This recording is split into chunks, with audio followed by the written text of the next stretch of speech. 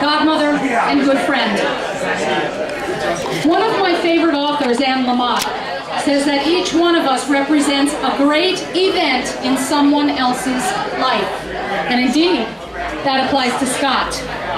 For Angie and Rich, their firstborn child, their son. For Ann and Ben, and Sarah and Tom, their first grandchild.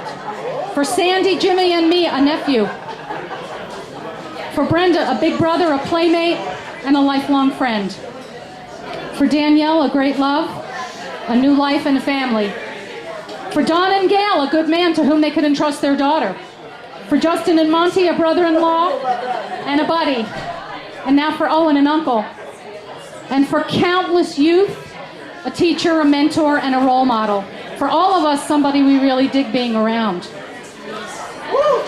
April 24th, 1972 was a Monday in a leap year. Richard M. Nixon was president. The top-selling car in the U.S. was the Gremlin. The Dallas Cowboys were the Super Bowl champs.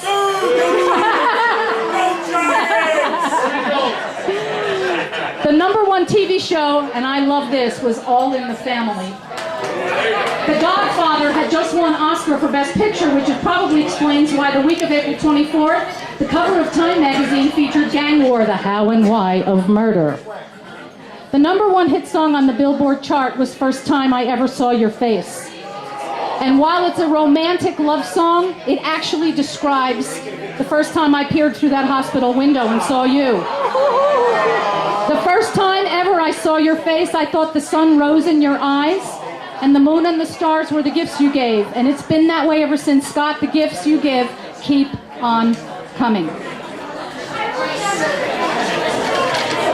From the moment you entered our life, Scott, you've given gifts. And here are just a few words in no particular order that I believe describe you.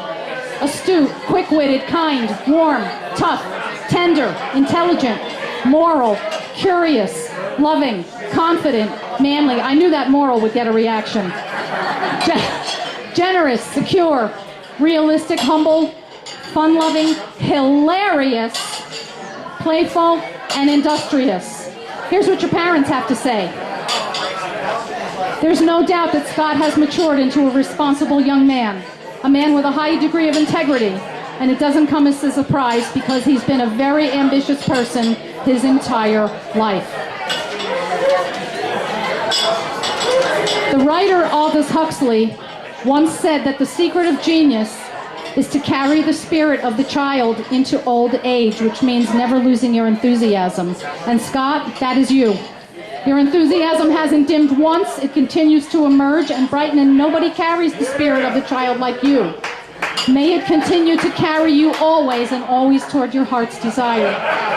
So having said that, in honor of your Polish heritage, I say, Wajskiego na pszeliczko. And in honor of your Italian heritage, I say, Buon compleanno, which both mean happy birthday.